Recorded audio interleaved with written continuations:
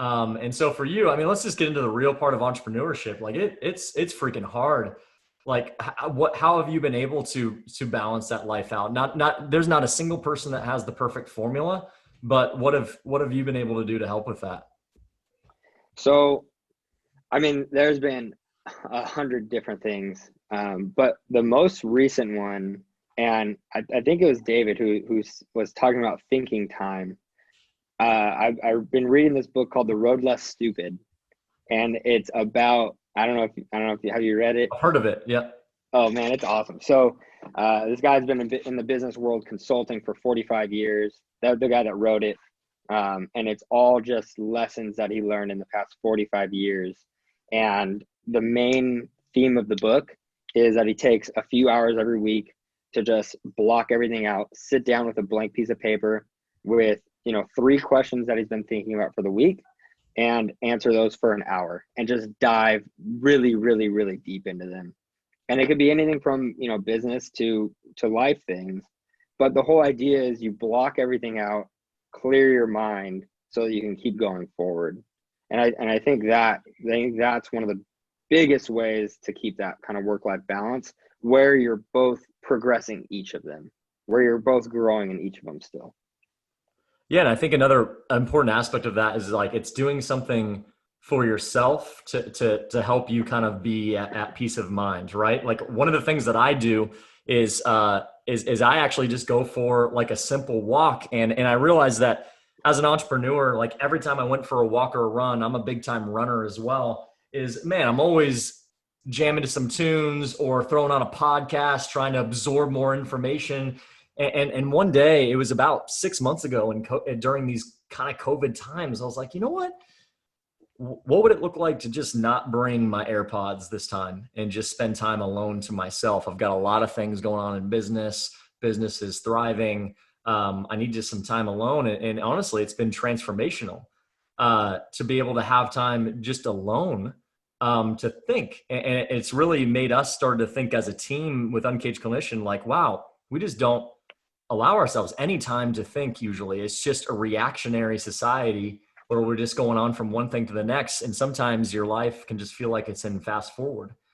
Oh, 100%. And something I tell people all the time is, you have to take care of yourself first. Have you ever seen, like when you're on a plane, they talk about when the masks fall down and something happens, what do? You put yours on first before you help other people. You have to take care of yourself first so that you can help other people. If you don't like for me, if I don't go on a run in the morning, then I just feel out of balance all day. And I feel like I didn't take care of myself. And then my patient care, takes a hit.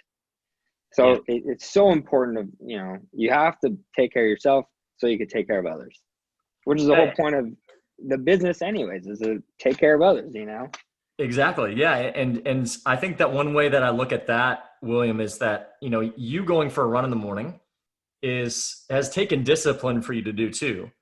And I think that there's so many areas of our life, especially as an entrepreneur, that discipline actually will lead to more happiness and fulfillment in what you're doing.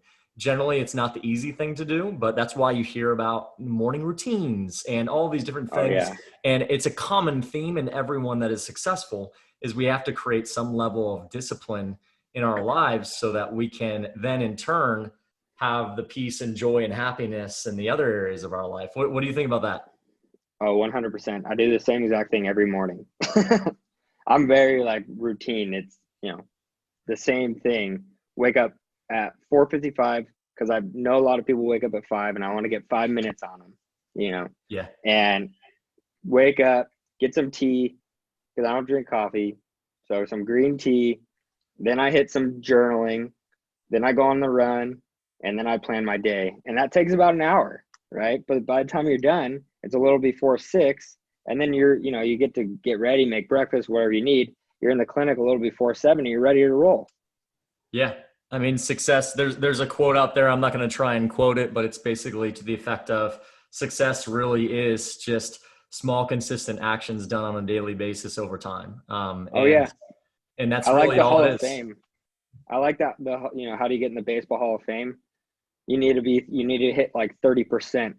Most of the guys in the Hall of Fame are batting 300. Yeah. You can literally miss 7 out of 10, at bats and make it to the Hall of Fame. It's all about hitting singles, not about hitting home runs. Hit singles consistently. That's right. That's right. I love it. Well, last thing, what advice would you give to brand new clinicians that are trying to decide and on the fence of whether or not they want to start a practice? What advice would you give them? So I have a couple of things. One, you can dip your toe into it, right? You can start a little side hustle. The worst thing that happens is you try it for a year, it doesn't work out, and you go back to being another clinician at some practice. And then guess what? You can restart it again. You can try it as many times as you want and learn from every time you do it, and then you'll eventually succeed. The second thing is the quote that we talked about, right? You're never going to feel like you're totally ready unless you have that entrepreneurial bug and you don't even think about it. You're kind of more, instead of like ready, aim, fire, you say, ready, fire, and then you kind of aim. So you just kind of launch it and then you kind of fix it as you go, which is how I think. And it's good and bad, but do the best you can until you know better. Then when you know better, do better. And I think that's a good quote to kind of live by when you're starting your business, because you'll never know what, you'll never be ready, but you'll always continue to grow if you have that kind of mindset. And then the last thing is find a coach that you connect with, hire them, tap into their kind of mindset. The ROI on it is astronomical.